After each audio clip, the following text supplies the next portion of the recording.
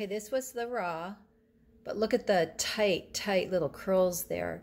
This is one pass with the Brother triple drum carder. This is one pass of that suri alpaca.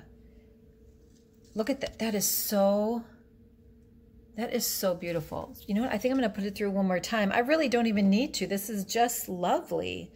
It's just lovely. Okay, so just for the heck of it, we'll put it through one more time.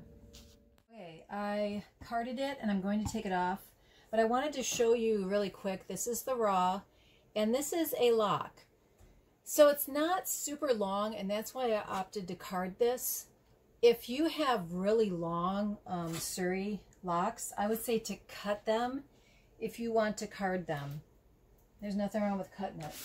Okay, let me find my little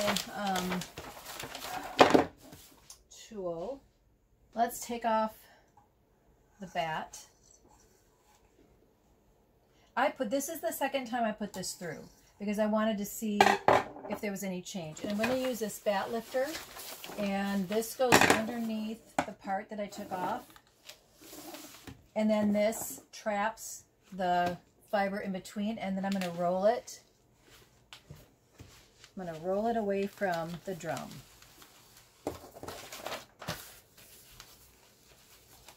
And because the fiber is so close to the drum, it comes off really clean, super clean.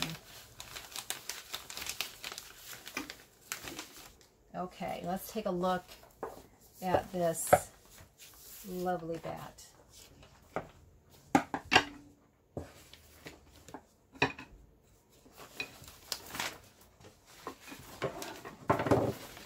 Okay, so this is the second pass.